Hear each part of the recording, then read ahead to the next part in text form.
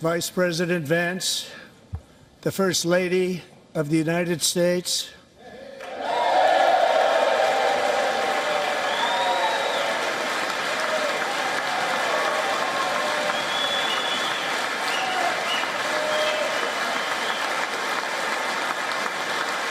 this is my fifth such speech to Congress. And once again, I look at the Democrats in front of me, and I realize there is absolutely nothing I can say to make them happy or to make them stand or smile or applaud. Nothing I can do.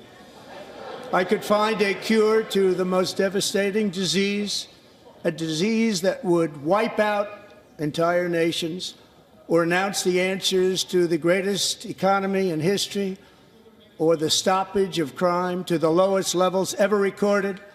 And these people sitting right here will not clap, will not stand, and certainly will not cheer for these astronomical achievements. They won't do it, no matter what. For the good of our nation, let's work together and let's truly make America great again.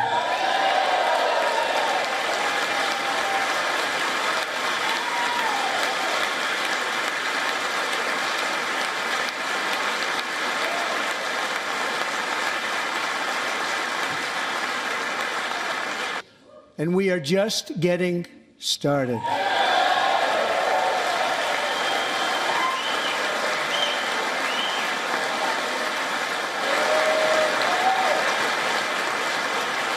Your warning.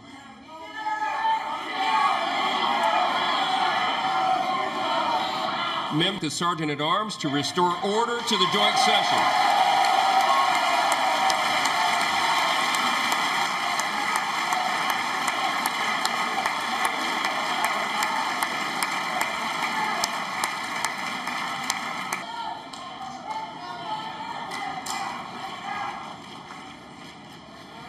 Members are directed to uphold and maintain decorum in the House. Mr. President, you continue. Thank you.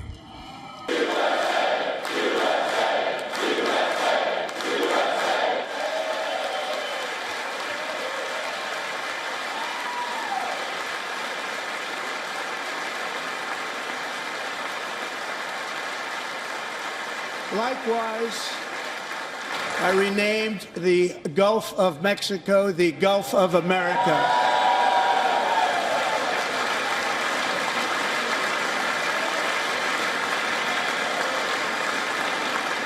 And likewise, I renamed, for a great president, William McKinley, Mount McKinley again. Beautiful Alaska. We love Alaska.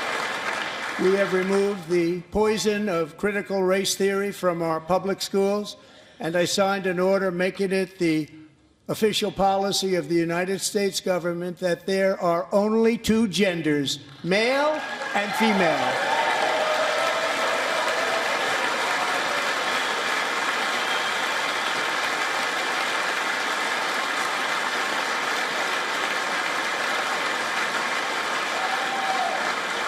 I also signed an executive order to ban men from playing in women's sports.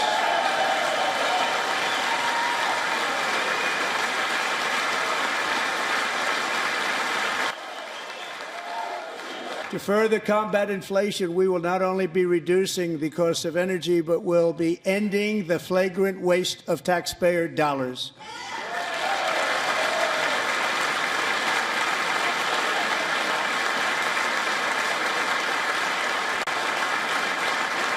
And to that end, I have created the brand new Department of Government Efficiency, DOGE. Perhaps you've heard of it. Perhaps.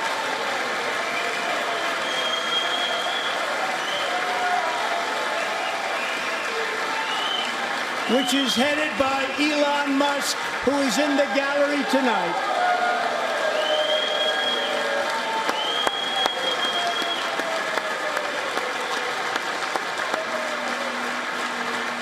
Within hours of taking the oath of office, I declared a national emergency on our southern border, and I deployed the U.S. military and Border Patrol to repel the invasion of our country. And what a job they've done. As a result, illegal border crossings last month were by far the lowest ever recorded, ever.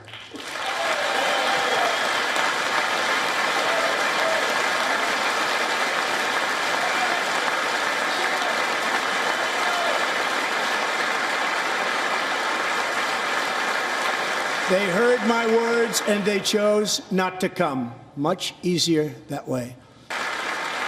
If you don't make your product in America, however, under the Trump administration, you will pay a tariff, and in some cases, a rather large one.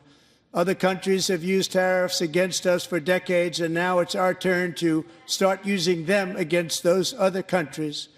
On average, the European Union, China, Brazil, India, Mexico and Canada, have you heard of them? And countless other nations charge us tremendously higher tariffs than we charge them. It's very unfair. India charges us auto tariffs higher than 100%. China's average tariff on our products is twice what we charge them.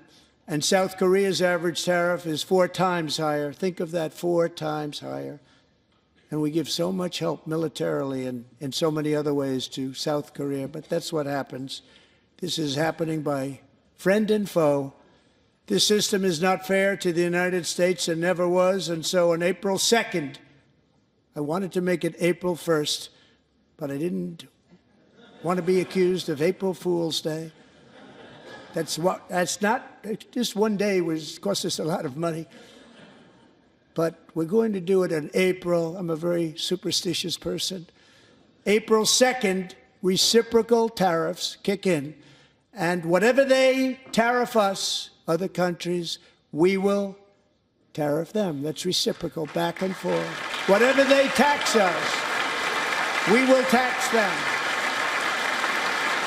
If they do non-monetary tariffs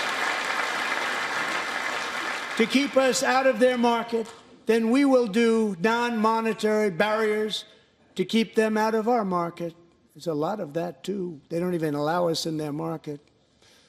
My administration will be reclaiming the Panama Canal, and we've already started doing it.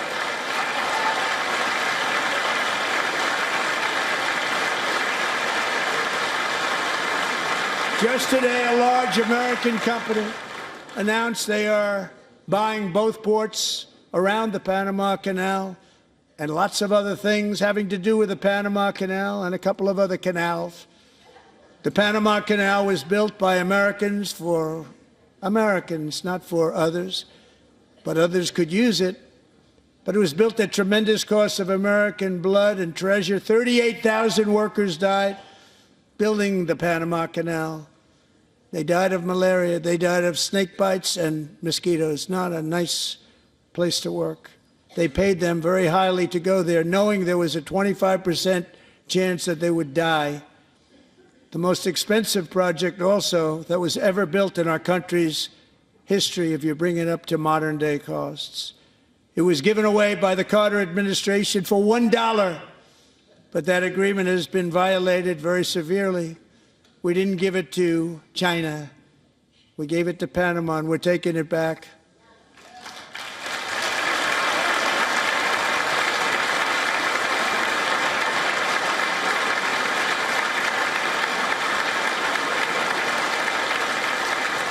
And we have Marco Rubio in charge. Good luck, Marco.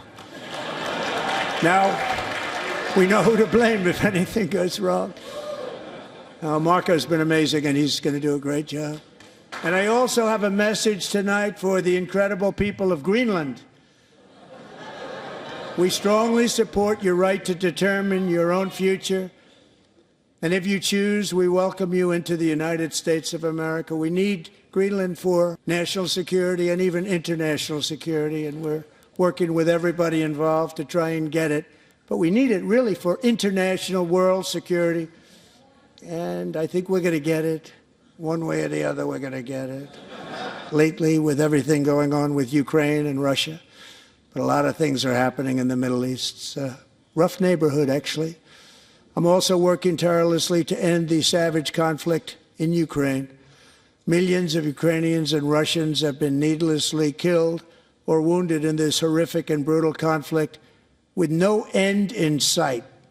The United States has sent hundreds of billions of dollars to support Ukraine's defense, with no security, with no anything.